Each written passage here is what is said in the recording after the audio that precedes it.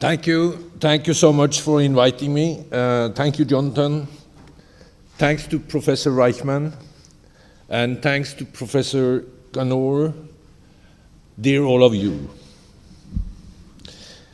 This is the third time I have the opportunity to speak before you at this important conference. Given the events of this past year, and just these past few days, this year is without any doubt the more significant appearance, because I have behind me my most difficult year as a diplomat. 1 year ago today, Hamas carried out a vicious terrorist attack against Israel, the deadliest in the country's history. 1,200 people were killed, thousands injured, and 250 men, women, children, and elderly were abducted into Gaza, where over 100 is still remaining, some alive, some passed away. Victims have been tortured, subjected to violence, including sexual violence, and some cases in front of their families. Even a year later, the brutality is almost impossible to comprehend. Shortly after the horrific day, I visited charred remains of homes in Kfar and in Be'eri and saw the shocking aftermath of the terrorist attack. I met with families and victims and heard the heartbreaking stories of loved ones being killed in front of their eyes, of entire families being wiped out, of children being abducted in their homes, and entire families going up in flames.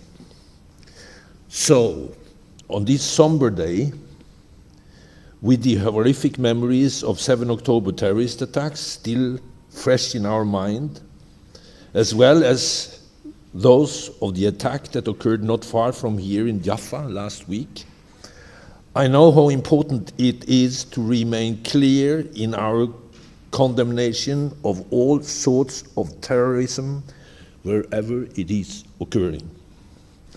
Redouble the commitment to combating those who seek to use it to achieve their own goals, and lend our support to the victims. Let me be very clear.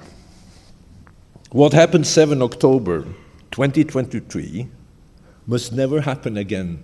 Not here, not in Europe, nowhere. And the only way to do that is to mobilize against it. We must have zero tolerance for those who seek to glorify or celebrate terrorism or any attacks on civilians. Those who carry out such attacks must be condemned right out and fully brought to justice. This is a day for the global community to speak as one in our loudest and clearest voice. Together, we must repeat or utter condemnation of the abhorrent attacks by Hamas and our call for the immediate release of hostages they hold. By all accounts, the hostages are being held in horrific conditions. As we learned again painfully last month when 6 hostages were executed by their Hamas captors, the hostage lives hang by a thread. The pain of the families having their lives torn apart is beyond what I can imagine.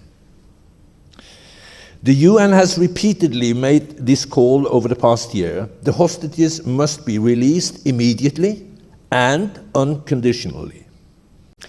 I have made this appeal directly to the concerned parties at the highest level, immediately after 7 October, to the leadership of Hamas and the Foreign Minister of Iran. I have fully supported, with my team, the efforts of the mediators to reach a deal, a formula is on the table and the parties need to agree. They must be reunited with their families, and in the interim they must be treated humanely and allowed for visits from the Red Cross. That has so far not happened. Bring them home. We are in the midst of the Jewish holidays, and I know that for Israel and Jews around the world, the echoes of history resonate deeply.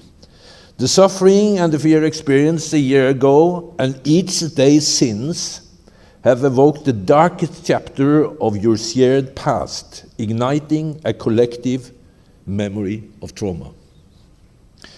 Over the past year, we have witnessed a worrying rise in anti-Semitism across the globe, manifesting in expression of hate and violence against Jewish communities.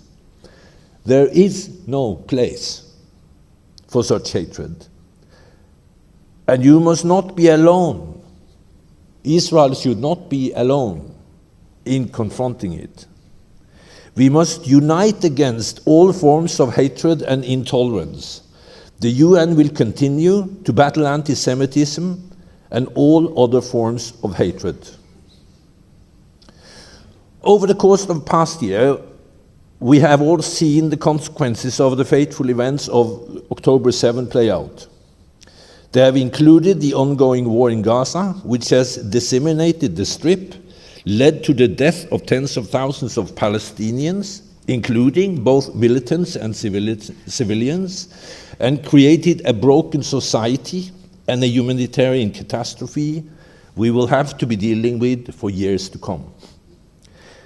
In the West Bank, violence levels are high as they have been in many years, with military operations and attacks increasing, and extremist forces doing all they can do to cause a widespread conflagration. Spillover from Gaza, war into the region, which began with Hezbollah's attacks on Israel October 8, has now fully materialized. With Israel now engaged fighting on multiple fronts and confronting rockets and missiles fired not only by Hamas, but by Hezbollah, the Houthis, and Iran, we are closer to an all-out regional war than we have been ever. If this should further escalate, the consequences for everyone living in this region and beyond would be even more disastrous than anything we have seen thus far. We must do everything to prevent it. So, where do we go from here? At the moment when the situation seems so bleak, with the threat of escalation looming on so many fronts and a regional war at our doorstep, there are two interrelated goals that I do with my team focus on at the moment. First, we are continuing to push for an immediate ceasefire and the release of hostages from Gaza.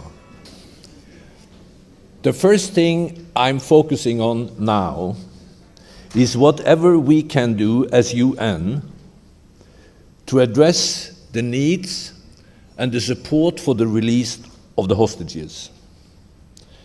Also, I can assure you, having been many times inside the Strip after the war started, the people of Gaza, the ordinary people, those without any politics in their mind, they need ceasefire. And the long process of recovery and reconstruction will have to start. The situation inside the Strip is fast becoming unsustainable for the people living there, and also, very clearly, unsustainable for Israel's own security interest. At this global conference on terrorism and extremism, there are many reminders that extremism thrives in a vacuum and preys on the vulnerable. We see this in Gaza every day. We must work quickly to establish a security and governance framework in Gaza, one that is Palestinian-owned, one that is not owned in any way by Hamas, and we need to organize that as a security framework for the Strip. We are working closely now and daily with all parties, including many in the Israeli government and military on these issues, and it will be important to maintain this coordination in the weeks and months to come. Secondly, we are working to ensure that crucial steps towards stabilizing Gaza and the West Bank are not carried out simply for their own sake, but as a part of a broader political framework, ultimately leading to a resolution to the Israeli-Palestinian conflict. While that outcome may appear remote and highly unlikely today, it remains the only way to ensure a sustainable, secure future for all who live here. Providing and articulating that framework will also allow for additional engagement and normalization between Israel and its Arab neighbors throughout the region, and will go a long way towards undermining the hopelessness and the extremism that terrorism across the region prey and thrive on. After all that Israel has experienced on and since 7 October, and given the dramatic events of the past week, it is understandable that hope and optimism are in short supply. But it is precisely at this moment that we must coordinating our actions and attempting to chart a path forward to a more secure and stable and sustainable future for all who is living here.